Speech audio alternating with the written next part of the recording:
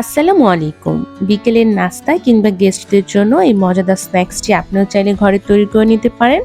তো এর জন্য আমি ২টা মাঝারি সাইজের আলু খুব ভালো মতো কুচি করে নিয়েছি। আপনি চাইলে গ্রেট করেও নিতে পারেন।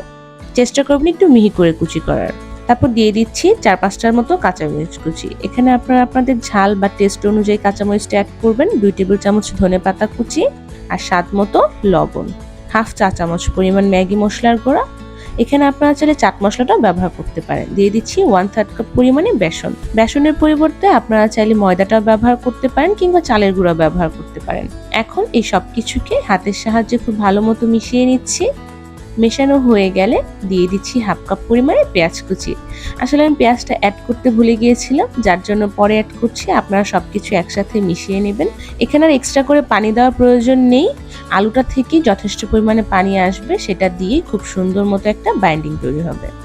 এখন আলুর পাকোড়াগুলোকে ডুবুর তেলে দিয়ে দিচ্ছি। এ পর্যায়ে চুলার আঁচটা অবশ্যই মিডিয়াম লো হিটে থাকতে হবে। একটু সময় নিয়ে ধৈর্য সহকারে আলুর পাকোড়াগুলোকে ভেজে নিচ্ছি। যখন এমন দেখতে খুব সুন্দর একটা কালার চলে আসবে, এ পর্যায়ে পাকোড়াগুলোকে নামিয়ে নিচ্ছি।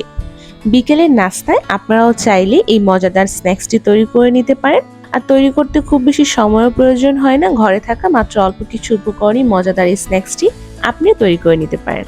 আশা করি আপনাদের কাছে আমার রেসিপিটি ভালো লেগেছে। আর আমার এই রেসিপিটি আপনারা কে কোথা থেকে দেখছেন আমাকে অবশ্যই কমেন্টে জানাবেন। আল্লাহ হাফেজ।